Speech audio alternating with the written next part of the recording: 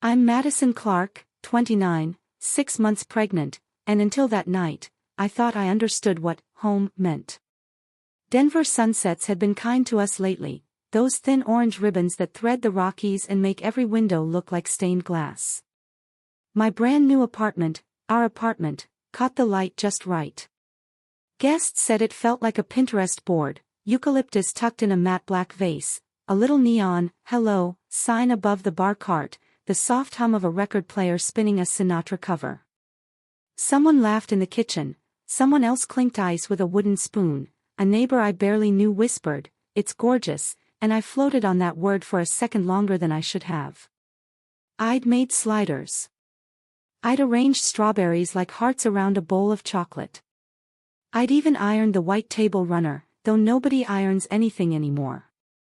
It was all silly and tender and exactly the kind of domestic pride you don't admit, the kind that makes you blush because it matters too much. I wanted this place to be proof that after years of couch surfing apartments and landlord lectures and rent spikes, I could finally pin my life down. Make a nursery. Learn the way the morning poured across the crib bars. Build a world. Aaron, my husband, was supposed to be on drink duty. He looked handsome in that rumpled way he knows works on me, sleeves rolled, tie loosened, a grin that promises easy conversation. He poured for everyone else, but somehow his glass never emptied. Every few minutes his phone vibrated on the counter and he'd glance at it, quick, practiced, not guilty exactly, but not relaxed either. When I teased, "Work won't implode if you log off for one night," he kissed my cheek and said, "You know how campaigns are," like advertising had suddenly become a heart surgeon's ER. Natalie arrived late, my best friend since sophomore year at CU Boulder, now a lawyer who knows how to turn a question into a scalpel. She brought lemon bars and a second set of eyes. "You okay?" she mouthed, and I gave the universal host nod, the one that means please don't make me tell the truth yet. She took my hand anyway, squeezed once, and let go. That's when my sister walked in. If you only looked at photos, you'd think Paige and I were clones, same wide mouth, same stubborn chin. In real life we're a mirror and a shadow. Paige is 2 years older, polished to a hard shine. She wears whites you'd swear are surgically protected from coffee, walks like she's backstage at a fashion show, and speaks in sentences that sound like verdicts. We love each other. I think. Or we love the idea that someday, when daughters become mothers and mothers become grandmothers, we'll be the kind of sisters who reminisce at kitchen tables and cluck about recipes. But we aren't there yet. We're still stuck somewhere between childhood competition and adult civility. She swept through the door carrying a small box tied with gray satin, kissed the air beside my cheek, and said, "You look radiant," which is a compliment that somehow felt like a diagnosis. She smelled like bergamot and control. Aaron brightened, almost too much. "Paige," he said, and the word landed with a private warmth I filed away without wanting to. The party softened into the good kind of noise. Someone started karaoke, "Can't Help Falling in Love," and our neighbor Mark tried to harmonize in a falsetto that made everyone clap along, the generous applause people give when they're grateful for someone else's embarrassment. Natalie leaned on the island, chatting with my cousin about trial prep and bad judges. Paige wandered the living room like a realtor, dragging 2 fingers across the credenza, peeking behind the curtain as if the window view should explain itself to her, opening the hallway linen closet and smiling at the way I'd folded towels in thirds. "Nice," she murmured, "for a starter place." I swallowed a reply and smiled. Starter place. Our mortgage said otherwise. At some point my baby did a slow aquatic roll, a soft push from the inside that made me press my palm to my belly and close my eyes for one grateful beat. "Hello, little swimmer." I imagined the nursery again, the peel and stick star stickers, the mobile with tiny fabric clouds, the chair where I'd fall asleep holding you and wake with pins and needles and the happiest ache. Love was so simple in that tiny imagined room. And then Paige cleared her throat behind me. If you've ever watched a glass topple in slow motion, the precise, exquisite horror of inevitability, you know what it felt like. She had the karaoke mic in her hand, a too casual smile tilted across her face. 2 minutes of attention, she asked, but didn't wait for the soft hush that followed to thicken. She stood where my gallery wall of black and white photos made a perfect backdrop, and for a brutal second I thought, she knows where to stand for the cameras. Phones lifted without meaning to. We are all little paparazzi now. I want to congratulate my baby sister, she began, and I smiled reflexively, relief flooding in like cold water after heat. New home, new chapter, new baby, what a year. Laughter. Someone whistled. Paige nodded as if she were in church giving a testimony. And because family means clarity, she continued, voice leveling out, I also want to share something important. It is astonishing how fast air can leave a room. Natalie's hand found my wrist. Aaron's eyes lowered to his glass. My heartbeat ticked in my throat like a misfired metronome. I've consulted an attorney, Paige said, and as of today, I am establishing my legal position as the rightful owner of this apartment. She turned, pointed the microphone at me like a wand that only casts curses. Madison, you are no longer welcome here. Somewhere a fork clinked ceramic, a sound that would be lovely any other night. The record player hiccuped into silence. I could hear the fridge hum.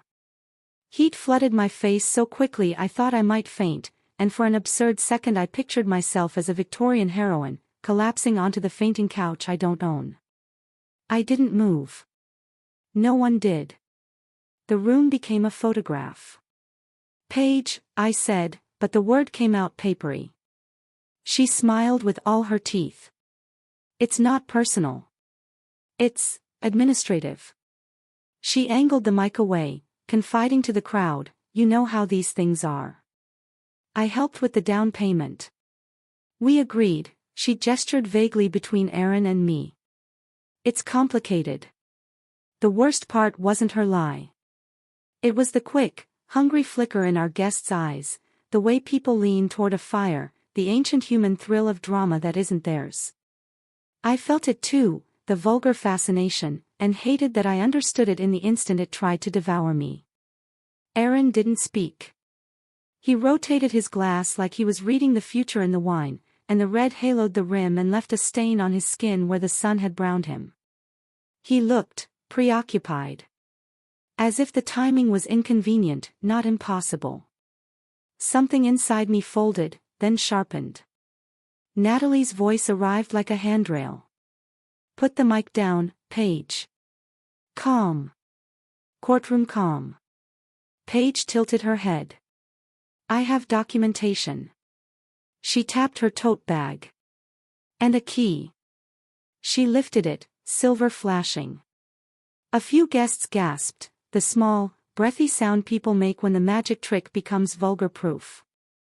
I set my palm on the counter to steady myself and felt the cool marble. Marble is just rock that learned to be beautiful under pressure. I thought that, and then I breathed. In. Out. The baby kicked again, a slow, certain nudge, and I decided the story did not end with my sister's line. I reached into my purse. What I pulled free was not dramatic. No weapon. No scene. Just a small, black leather notebook and a flash drive on a cheap brass ring.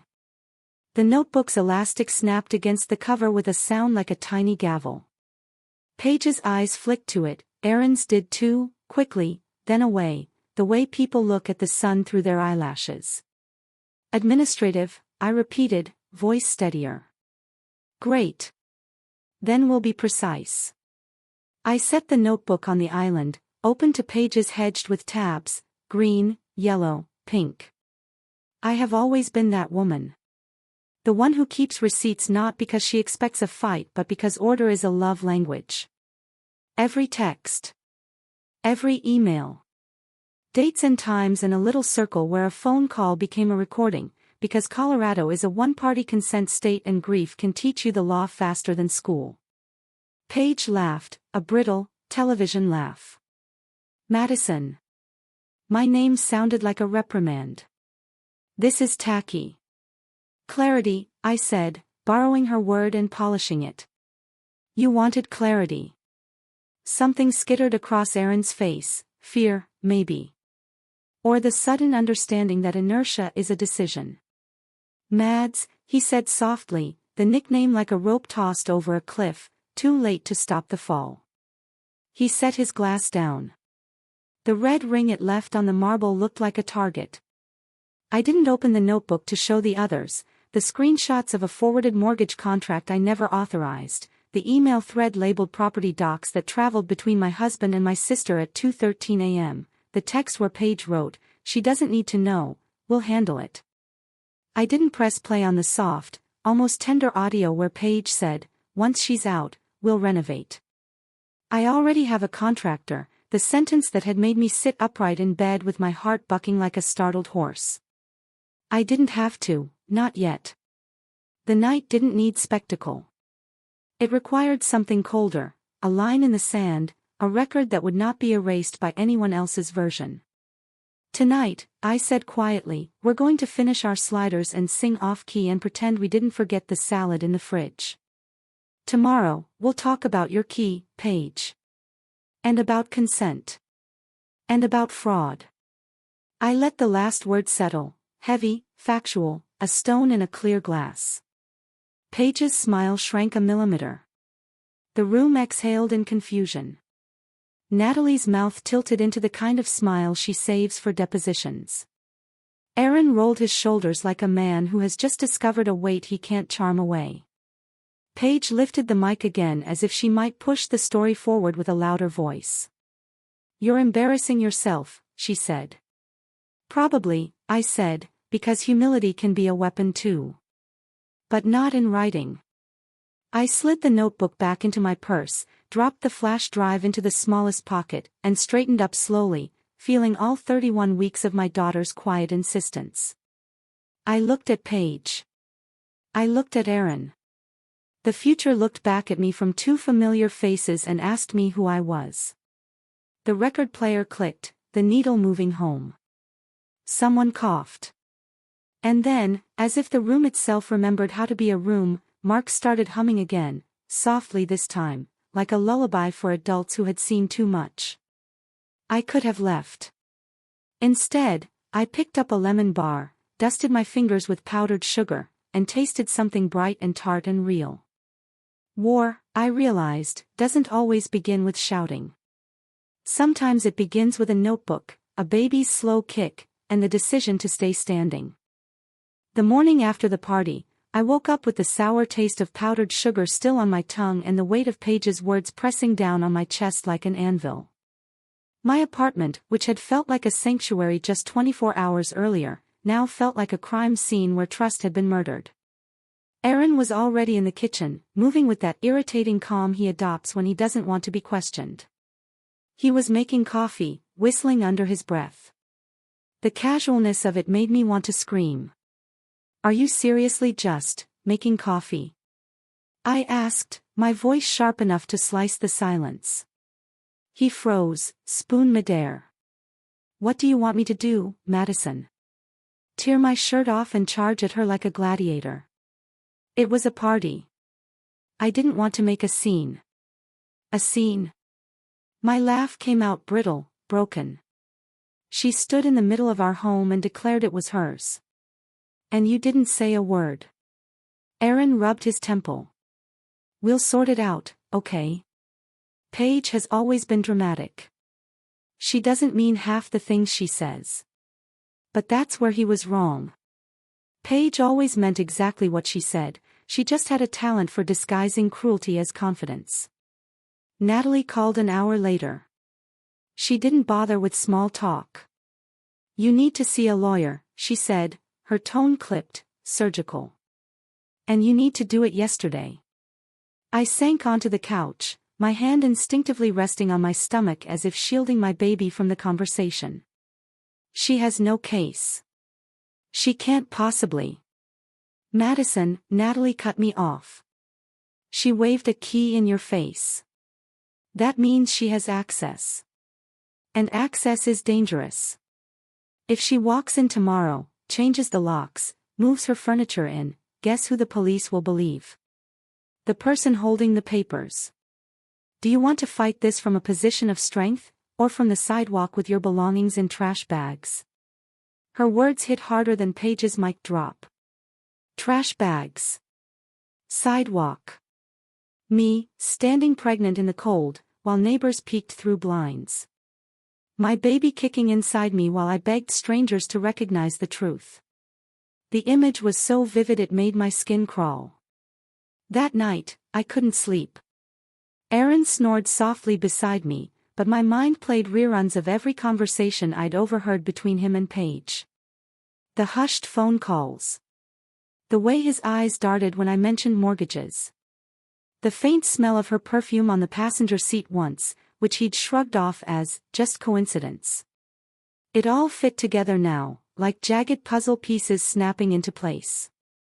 The next morning, while Aaron showered, I opened his laptop. My hands shook so badly I could barely type his password, but he hadn't bothered changing it in years. Within minutes, I was staring at an email thread that made my throat close. Subject line, Property Agreement. From Aaron Clark. To Paige Clark. And below, a sentence that made my blood run cold. Once Madison is out, we can finalize renovations. I'll handle her. I don't know how long I sat there staring, my vision tunneling. I only know that when Aaron emerged, towel slung low on his hips, I snapped the laptop shut so fast the click echoed in the room. Everything okay? He asked, his voice careful. I forced a smile. Fine. But inside, something shifted. It was the first time I realized the betrayal wasn't just Paige's. It was Aaron's silence, Aaron's complicity, Aaron's willingness to let me carry a baby into a home he'd already signed away. And right then, I knew, I couldn't just defend myself. I had to prepare for war. The day after I found the email, I moved differently in my own home. Every step felt like it left an echo, like the walls were listening. I carried a mug of tea from the kitchen to the living room, sat on the couch, and forced myself to look calm. But inside, I was a storm.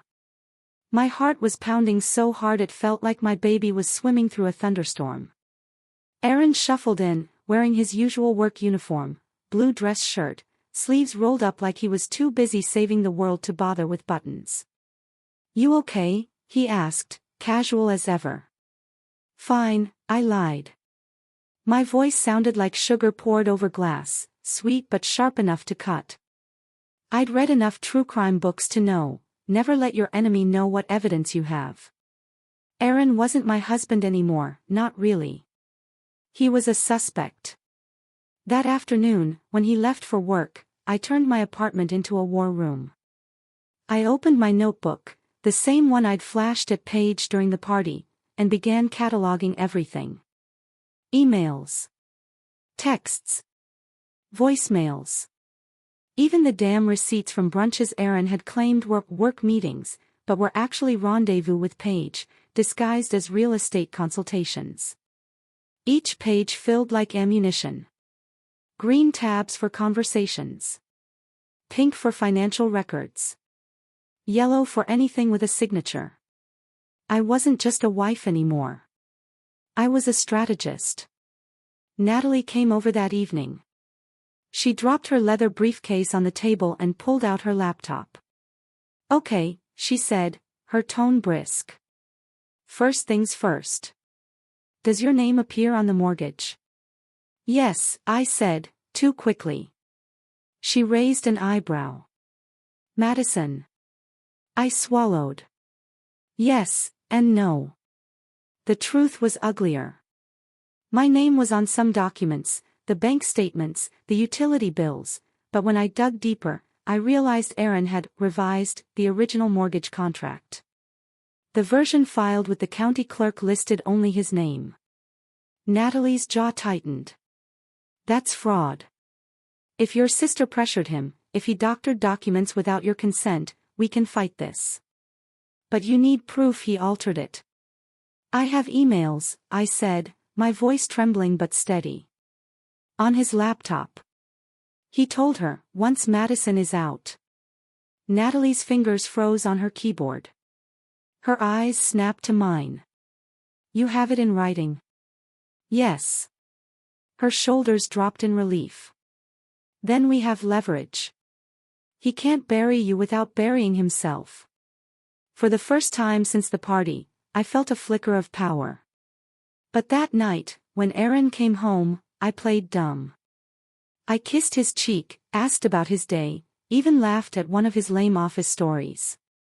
He leaned in close, smelling of bourbon, and whispered, "I'm glad you're not mad anymore." Not mad? Oh, I was past mad. I was building an arsenal. The next week was a blur of secret maneuvers. While Aaron worked late, I photocopied every incriminating document at the FedEx shop down the street. I scanned emails onto a flash drive and hid it inside a hollowed-out jar of prenatal vitamins. I even set up a second bank account under my maiden name, funneling what little savings I had into it. Every night, I practiced being normal. I cooked dinner. I rubbed my swollen belly and talked to my baby in soft whispers. I even let Aaron rest his hand on me as if nothing was wrong. But the whole time, I thought, you're not touching your child. You're touching your alibi. Paige, meanwhile, was escalating. She sent a letter, official, lawyerly, printed on crisp paper, claiming her ownership interest in the apartment. She even included a proposed move-out timeline for me. Reading it felt like being evicted from my own skin. But Natalie only smirked when she saw it. Perfect, she said. Now we know she's overconfident.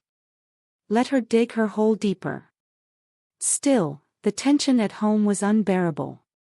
Aaron grew restless, pacing the apartment at night, pretending to scroll his phone but really waiting for me to explode. He wanted a confrontation he could twist against me. So I gave him silence. And silence can be sharper than a knife. One night, around midnight, I crept into the living room and found Aaron asleep on the couch, his laptop open beside him. The screen glowed with a draft email to Paige. She's getting suspicious. We need to move faster. My stomach dropped. Faster. Faster meant eviction papers. Faster meant court battles. Faster meant he and Paige laughing in my living room while I begged for scraps of my own life. I closed the laptop gently and tiptoed back to bed. My baby kicked again, as if reminding me I wasn't just fighting for me anymore. That was the moment the fear burned away. I wasn't going to be the woman sobbing on the curb with her things in boxes. I wasn't going to be the wife erased by two people who thought pregnancy made me weak. No. I was going to fight. And the first battle would begin with a secret meeting. Natalie had set it up, with a property attorney who specialized in fraud. The kind of lawyer who didn't just win cases, he destroyed reputations. I looked at myself in the mirror before bed. My face was pale, my eyes shadowed, but there was steel underneath. Tomorrow, I whispered to my baby, we start taking our life back. The law office was nothing like the glamorous firms you see on TV. No marble floors or glass walls overlooking the city. Instead, it was tucked inside a modest brick building on Colfax Avenue, squeezed between a pawn shop and a shuttered bakery. But the moment I walked in, I understood why Natalie trusted this man. "Miss Clark," he said, standing from behind a desk stacked with files. He wasn't slick or intimidating. He was sharp in the way a scalpel is sharp, precise, unassuming, deadly when necessary. His name was David Mercer, a property attorney who had made a career out of catching frauds with clean haircuts and dirty hands. I lowered myself into the chair across from him, one hand instinctively resting on my belly. Natalie sat beside me, her laptop already open like a weapon. "Tell me everything," David said simply. And I did. I told him about Paige's announcement at the party, Aaron's silence, the emails I found, the letter Paige had sent with her so-called ownership interest. I told him about the late-night draft Aaron had left open. We need to move faster. My voice shook, but I forced myself to keep going. Every detail mattered. David didn't interrupt, not once. He just scribbled notes in a tight, controlled hand, his pen scratching like a tiny saw. When I finished, he leaned back and steepled his fingers. "Your sister has no legitimate claim," he said matter-of-factly. "At best, she's bluffing. At worst, she and your husband colluded to commit mortgage fraud. Either way, they underestimated you." Relief rushed through me so fast I nearly cried. But then his expression hardened. "However," he added, "they've already filed preliminary paperwork." The words hit like a slap. "Filed what?" I asked. Paige's attorney submitted a petition with the county clerk, alleging that she contributed to the down payment and was promised partial ownership. That's why she waved the key in your face. If this proceeds, the burden falls on you to prove she has no right. Natalie cursed under her breath. Of course she'd try to get ahead of us. My chest tightened. So what do I do? David slid a yellow legal pad toward me. You do what you've already started doing. You build a case so airtight they suffocate trying to poke holes in it. The next week became a blur of documentation. I dug through every scrap of paper I could find, lease agreements, text chains, even Venmo transactions. Paige had sent Aaron $500 once, labeled Wine Fund. That was it. That was her investment. But the real bombshell came when David subpoenaed phone records. He spread them across the table like playing cards, tapping one with his finger. "Here," he said. A call between Paige and Aaron the day before the mortgage was finalized. 42 minutes long. "And here, 2 days later, an email from your husband's account to the bank, requesting a correction to the contract." That's when your name disappeared. My stomach dropped. So they planned this from the start. Natalie's jaw tightened. They didn't just steal from you. They tried to erase you. The words lodged in my chest like glass. Erase me. That's exactly what it felt like. As if my existence, my effort, my money, my child, was nothing but an obstacle in their blueprint. David leaned forward. "This is good for us. It shows intent. Juries don't like liars who hide behind paperwork." But I wasn't thinking about juries. I was thinking about the man who kissed my cheek every night while secretly drafting me out of my own future. That night, Aaron came home late. He smelled faintly of whiskey and cologne, the combination that used to mean client dinner but now meant Paige. He found me in the nursery, sitting in the rocking chair I'd bought secondhand. The walls were still bare, no stars, no clouds, just white emptiness waiting to be filled. "You've been quiet lately," he said, leaning against the doorframe. I kept my eyes on the crib. "Pregnancy makes you tired." He chuckled, as if I'd told a joke. "We'll get through this, Mads. Paige she gets carried away. Once it's sorted, things will go back to normal." Normal. The word sounded obscene in his mouth. I turned slowly to face him. "Do you mean before you erased my name from the mortgage, or after?" His smile faltered. Just a flicker. But I saw it, the crack in his mask. "I don't know what you're talking about," he said too quickly. "Don't lie to me," I whispered. My hand tightened on the armrest until my knuckles ached. "I saw the emails. I saw the draft. You and Paige planned this." He stepped into the room, lowering his voice. "Mads, listen. It's not what you think." "Then what is it, Aaron?" My voice rose, trembling with rage and heartbreak. "You promised me a home. You promised me stability for our child. And instead, you sold me out to my own sister." For a moment, he looked almost ashamed. Almost. But then his eyes hardened, and I realized shame was just another mask he could slip on and off. "I did it for us," he said finally. "Paige had money. She had leverage. Without her, we wouldn't have this place at all." I stared at him in disbelief. "So you let her buy me out of it?" His silence was answer enough. Later, when he was asleep, I stood in the nursery again. The crib loomed like a question mark. How could I raise a child in a home built on lies? I pressed my hand against my stomach. My baby kicked once, strong and certain. It felt like an answer: you fight. You don't let them win. The next morning, I called David. My voice didn't shake this time. "I'm ready," I said. "Tell me what we do next." And his reply was as cold as it was steady: "We go to war." The summons arrived on a Tuesday morning, thick white paper folded neatly in a manila envelope. I'd known it was coming, David had warned me, but holding it in my hands made it real.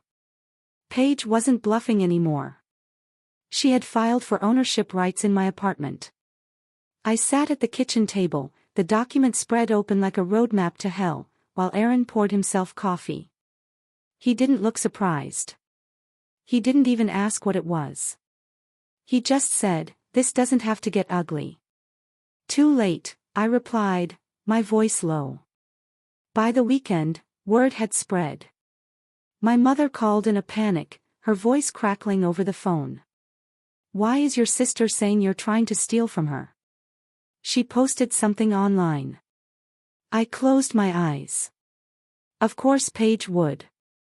Sure enough, when I checked Facebook, there it was, a perfectly curated post, a picture of her standing in front of my apartment building, hand on her hip, the caption reading, "Sometimes family forgets promises. But contracts don't. Just fighting for what's mine." The comments were a mix of sympathy and speculation. "Stay strong, Paige." One wrote. Another, "If she paid, she deserves it." My blood boiled. Strangers, people who didn't know me at all, were weighing in on the life I had built. Natalie came over that night, laptop in hand. She scrolled through Paige's posts with a grimace. She's building her case in the court of public opinion. Smart, but sloppy. Once we expose the real documents, she'll look like a liar. I wasn't so sure. Online, truth mattered less than drama. The first court date arrived faster than I expected. The courthouse smelled of old wood and disinfectant, the kind of place where lives are rearranged with the stroke of a pen. I wore a navy dress that barely fit over my belly, my hair pulled back tight. I wanted to look steady, even though my knees were trembling with every step. Paige was already there, immaculate in a white suit that screamed confidence. She smiled at me like we were meeting for brunch, not battle. Aaron sat beside her. My husband. My betrayer.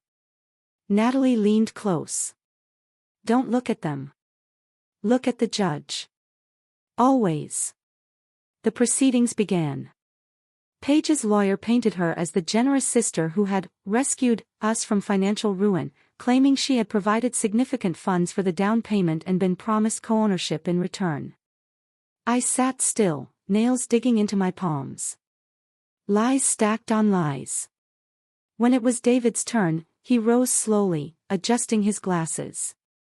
"Your Honor," he said, voice calm but cutting, "what my client's sister fails to mention is that her so-called contribution amounted to exactly $500, earmarked for a wine fund." He held up the Venmo receipt like it was Exhibit A in a murder trial. "Not only is this insufficient to constitute ownership, but we have evidence of collusion between Ms. Paige Clark and Mr. Aaron Clark, emails, texts, even a draft mortgage document, showing a deliberate attempt to remove my client's name from the property without her knowledge or consent." A murmur rippled through the courtroom. Paige's smile faltered. Aaron stared at the table. But it wasn't over. David slid a flash drive across the clerk's desk. "This contains a recorded phone call in which Ms. Clark stated, quote, 'Once she's out, we'll renovate.' I already have a contractor. That, Your Honor, is not generosity. That is conspiracy. The judge raised an eyebrow. Paige's lawyer sputtered something about taken out of context, but the damage was done. For the first time, I saw real cracks in her armor. After the hearing, we walked out into the cold Denver air. Reporters weren't waiting, thank God, but neighbors were. Word had spread faster than wildfire. Madison, one called. Is it true your sister tried to steal your apartment? I froze. Natalie shielded me with her arm, steering me toward the car. But the questions followed, whispers turning into gossip that would ricochet through our community. At home that night, my phone buzzed non-stop. Friends, co-workers, even distant relatives messaged me, I can't believe Paige would do this. Are you okay? We're on your side. For once, the tide was turning. But Aaron wasn't done. He cornered me in the kitchen, his voice low and desperate. You don't have to go through with this, Mads. We can settle. Split the place. Move somewhere new. Start fresh. I turned on him, fury burning through my exhaustion. You want me to give up my home, our baby's home, because you and Paige decided I don't matter? No. I'm done sacrificing. His jaw clenched. You'll regret this. No, I whispered. You will. The next morning, Paige doubled down. She posted another update, this time with Aaron by her side, captioned, Truth will come out in court. Some people can't handle reality. But something was different this time. The comments weren't just supportive. They were skeptical. Didn't her sister pay most of the bills? One asked. Another wrote, if you really had a claim, why air it online? Paige was losing control of the narrative. I sat on the couch, my baby kicking steadily inside me, and felt something I hadn't felt in weeks, hope. This wasn't just about legal battles anymore. This was about showing everyone, my family, my neighbors, the strangers online, that I wouldn't be erased. David called that evening. The judge has scheduled the final hearing for next month. That's when everything comes out. Be ready. I hung up the phone, my hand resting on my stomach. Don't worry, little one, I whispered. Mama's not going anywhere. The final hearing arrived on a gray February morning. Denver was dusted with snow, the kind that turns sidewalks into mirrors and makes every breath visible.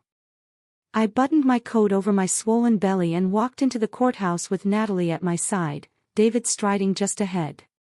My heart was pounding so hard it felt like it might shake the baby awake. Inside the courtroom, Paige was already there, immaculate as ever in a cream pantsuit, her hair swept into a flawless bun. She looked like she'd stepped out of a lifestyle magazine. Beside her sat Aaron, in a navy suit I'd once bought him for a job interview, his tie knotted too tight, his jaw tense. They looked like a united front. But underneath, I could see the cracks. Paige's fingers drummed on the table. Aaron avoided her eyes. The judge entered, a stern woman with sharp cheekbones and a no-nonsense stare.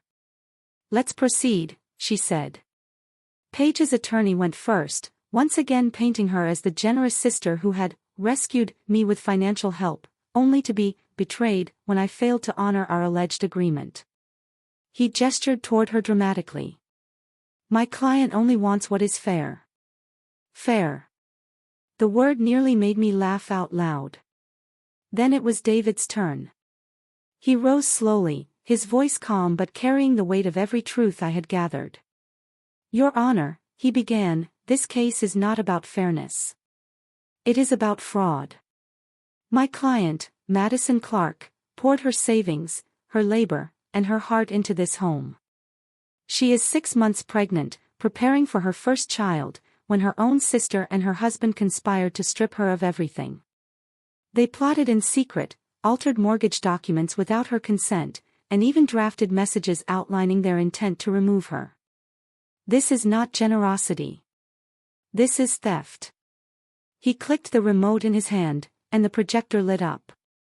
On the screen appeared an email, blown up large enough for the entire courtroom to see. Subject, Property Agreement. From Aaron Clark. To Paige Clark. Once Madison is out, we can finalize renovations. I'll handle her. Gasps rippled through the room. Paige's face drained of color. Aaron shifted uncomfortably in his seat. But David wasn't finished. He played the recording next. Paige's voice filled the courtroom, cold and clear. Once she's out, we'll renovate. I already have a contractor. The judge's eyebrows shot up. Paige's attorney tried to object, but the damage was already done. Finally, David held up the Venmo receipt. This, he said, is the so-called down payment. $500. Labeled Wine Fund. That is the extent of Paige Clark's financial contribution. To call that an investment in property is not just absurd, it's insulting. The courtroom buzzed. Even the clerk stifled a smirk.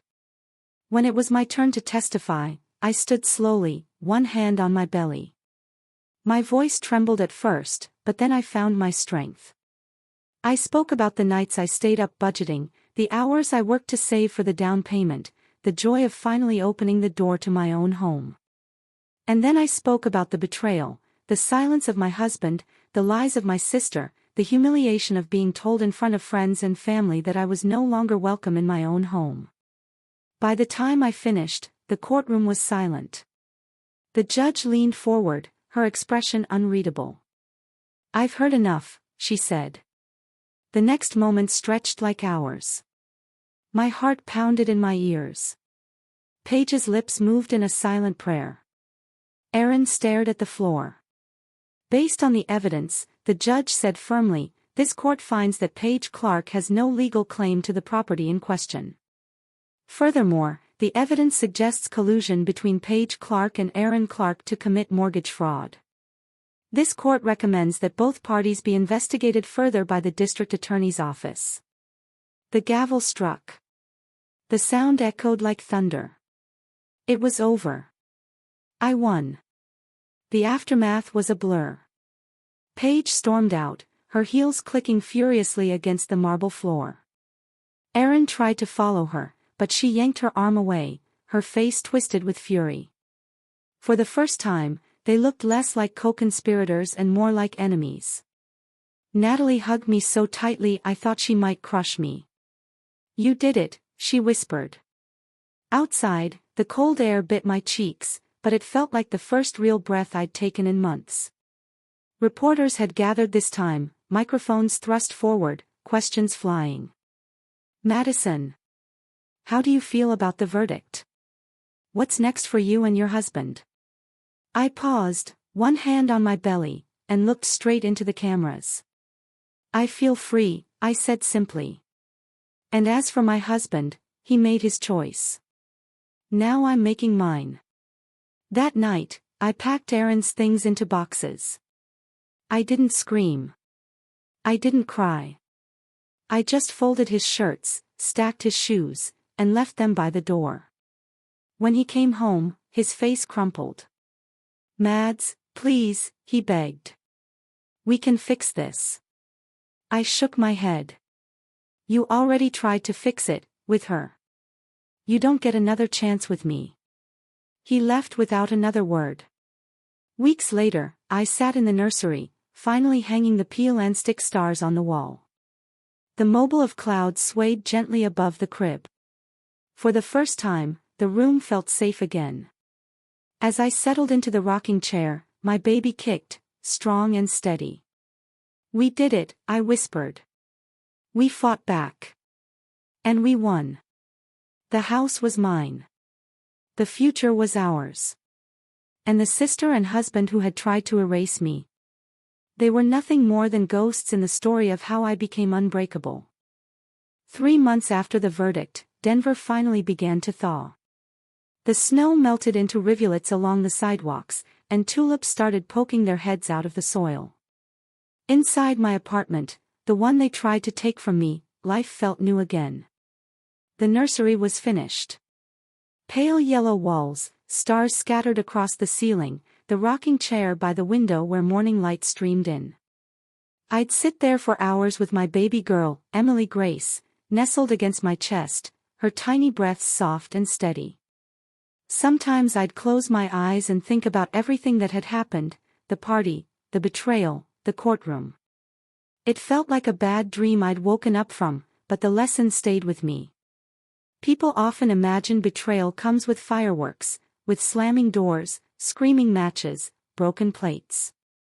But the truth? It comes quietly.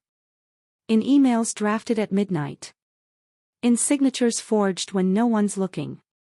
In the silence of a husband who should have defended you but chose not to. That silence almost destroyed me. But it also forced me to find a voice I didn't know I had. Friends asked me, "How did you keep going? How did you fight back while carrying a child?" The answer was simple: I didn't fight alone. Natalie stood by me like a shield. David wielded the law like a sword. And deep inside me, my daughter kept kicking, reminding me with every tiny movement that I had something worth protecting. There's something powerful about fighting for someone who can't fight for themselves yet. It makes you braver than you thought possible. Paige hasn't spoken to me since the trial. Word is, she and Aaron turned on each other the moment the gavel came down. She lost her job after her lies hit the news. He moved out of Denver, last I heard. I don't hate them anymore. Hate takes energy, and I'd rather spend mine rocking my daughter to sleep, laughing with friends, or simply breathing in the quiet of a home that is finally mine. But I'll never forget. If there's one thing I want people to take from my story, it's this: don't underestimate yourself. Don't let anyone, family, spouse, anyone, erase you from your own life. Keep the receipts, keep your head high, and when the time comes, don't be afraid to fight. Because sometimes survival isn't quiet endurance. Sometimes survival is war. And when you win, when you finally stand in the ruins of their schemes with your child safe in your arms and your home intact, there's no sweeter victory. I'm not just Madison Clark, the woman who almost lost everything. I'm the woman who refused to be erased. And this home, this life, this love, it's mine. Always mine.